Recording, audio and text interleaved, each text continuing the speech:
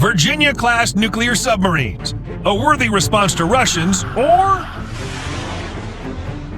It seems that the principle, who owns the sea owns the world, is still relevant today. The ocean is now the medium through which it's most convenient to move strategic military forces and from which to launch strategic strikes. Proof of this is 10 U.S. airstrike groups roaming the world's oceans and dozens of nuclear submarines ready to deliver a lethal thermonuclear strike from the water column. Russia is also trying to keep up, and if Putin's plans for aircraft carriers are very vague, then his plans for submarines are very good. And as proof of that, the Army received the Belgorod nuclear submarine, armed with 6 to 8 Poseidon nuclear attack drones with thermonuclear warheads on board. They can travel hundreds of miles covertly at depths up to 0.6 miles and explode off the U.S. coast, unleashing a radioactive tsunami on the country, sweeping away everything in their path dozens of miles away. What can be countered by such a terrible weapon of the Russians?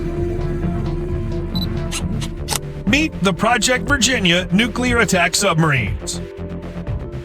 These fourth-generation submarines are tasked with conducting independent operations against enemy submarines and surface ships, strikes against ground targets using sea-based cruise missiles, providing anti-submarine defense for warships and convoys, fighting on communications to hinder enemy shipping, and conducting covert special operations, including in shallow water areas. One of the main purposes of such submarine warfare will be the search for strategic underwater missile carriers of the probable enemy, so they can be called killers of Russian nuclear-powered cruisers, in particular the Belgorod. Or they're not worthy of this honorary title? Let's get to the bottom of this. The development of the Virginia class of boats, right after the Seawolf class, which was to replace the Los Angeles class, and whose lead ship was put into service in July 1997, may seem a bit strange. But it's all about the changing geopolitical situation. With the collapse of the Soviet Union and a precipitous drop in the combat capabilities of the Russian Navy, Seawolf submarines became a kind of relic of the Cold War. Their main objective, search, track, and destroy submarines of the Russian Navy, to a great extent became less of a priority. The U.S. could now afford less costly solutions to maintain its hegemony in the world. That's why in 1991, the model of the new nuclear submarine was approved and the requirements for its technical characteristics were worked out. General Dynamics, Electric Boat, and Huntington Ingalls Industries were commissioned to build the light version of Seawolf. The lead Virginia SSN-774 entered service in 2004. The U.S. Navy currently has 21 Virginia-type submarines. The most recent is Montana, which was commissioned on June 25, 2022. A total of 38 submarines of this class are planned for construction. 34 have been given names.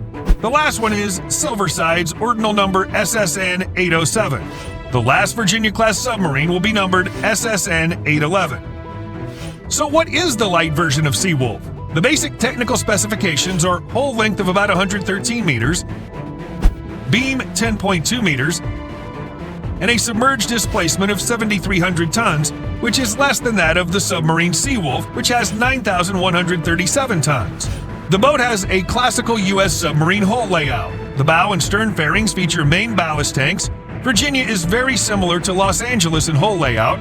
The difference is the presence of an underwater sabotage exit chamber.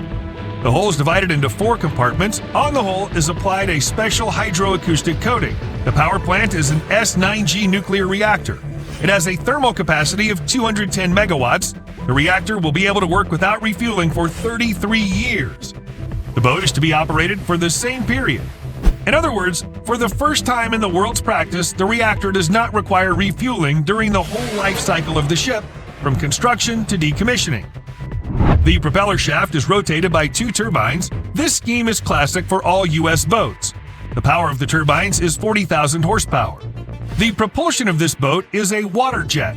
Such propulsion, together with the coating, will provide a noise level lower than that of the Russian boats of the 4th generation of the Project 971 Shuka-B, or according to NATO classification, Akula. Now for the main thing, the armament. There are 3 types of armament: missile, mine torpedoes, and hydroacoustic. The missile systems are presented by the subsonic cruise missiles Tomahawk placed in the vertical launchers. The boat has 12 launchers with 1 missile each. On the latest Block 5 modification, none of whose boats have yet been built, 4 launchers are planned for 6 missiles each. The main variant of Tomahawk cruise missiles for the new submarine is considered the latest modification of this missile, BGM-109 Tomahawk Block 4, which allows redirection of the missile in flight. The missile also has the capability to the barge while waiting for attack orders, which greatly increases the flexibility of this weapon system. All Virginia submarines are equipped with 4 533mm torpedo tubes for 26 Mk48 ADVCAP Mod 6 torpedoes. The Gould Mark 48 torpedoes are designed to engage surface targets and fast submarines. They use both active and passive homing systems. These torpedoes are also equipped with a multiple attack system, which is used when the target is lost. The torpedo searches, capture, and attack the target independently. The torpedo has a range of up to 23 miles at 55 knots or up to 30 miles at 40 knots. The maximum depth of immersion is 800 meters.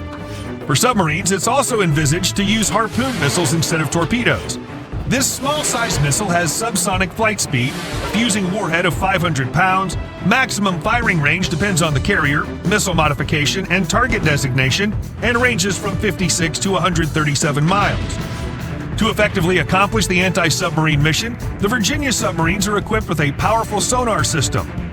The Virginia hydroacoustic armament includes the AN-BQQ-10 sonar system, which was tested on the Seawolf. However, this decision led to some difficulties. Virginia had a much smaller hull diameter than the Seawolf's, 10.4 meters instead of 12.9 meters, a difference of 2.5 meters, which meant the forward end had to be bigger. Seawolf had to give up its broad aperture onboard hydroacoustic antennas, AN-BQG-5D, in favor of the lightweight AN-BQG-5A. The requirement to use Virginia submarines in shallow water areas where mine threat is significantly greater necessitated further improvements in active hydroacoustic surveillance. The architectural appearance of Virginia submarines reflected this in the appearance of a prominent chin in the forward end, which housed a new antenna. With its high resolution, this antenna not only allows the submarine to maneuver confidently near the uneven ground, but also to search for moored mines planted above ground. The capabilities of the antenna placed on the chin are complemented by the antenna placed in the bow of the fence to search for mines in the water column. To provide discreet boarding of anti-subversive groups on the occupied coastline, the Virginia submarine was equipped with a 9-seater lock chamber, providing access and accommodation for divers and fighters of special forces when submerged. For the first time in the world, the submarine has no traditional periscope. Instead of it, there's a multifunctional telescopic mast that does not penetrate the rugged hull. It's equipped with a TV camera that transmits images via fiber optic cable to the screen in the central post, radio electronic reconnaissance and communication antennas, and an infrared surveillance sensor. The infrared laser is used as a rangefinder. Now let's ask ourselves a question. Was the replacement of expensive Seawolf submarines with cheaper Virginia submarines justified? After all, the Russian Navy is reborn and poses not less but more of a threat than the Soviet Navy. In addition, it was not possible to meet the cost requirements for Virginia submarines. In December 1996, the cost of the submarines of this type was set as follows. The lead submarine at $3.272 billion, the second at $2.543 billion, the third at $2.093 billion, and the fourth at $2.112 billion. But at roughly the same cost as the Seawolf submarine, the Virginia-class submarine has 2/3 of the Seawolf's boats, ammunition, and a torpedo salvo capacity of 50% of the Seawolf salvo.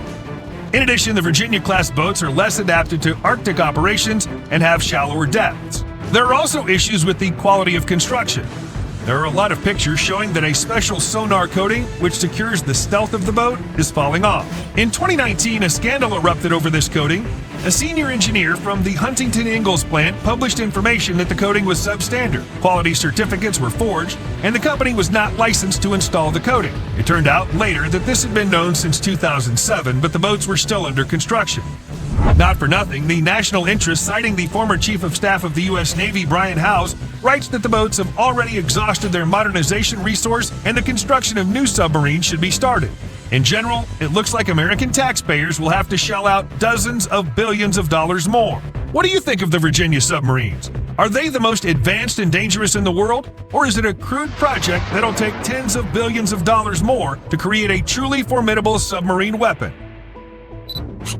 Write in the comments below. Also, don't forget to like our video and subscribe to our channel to keep abreast of new and problematic weapons.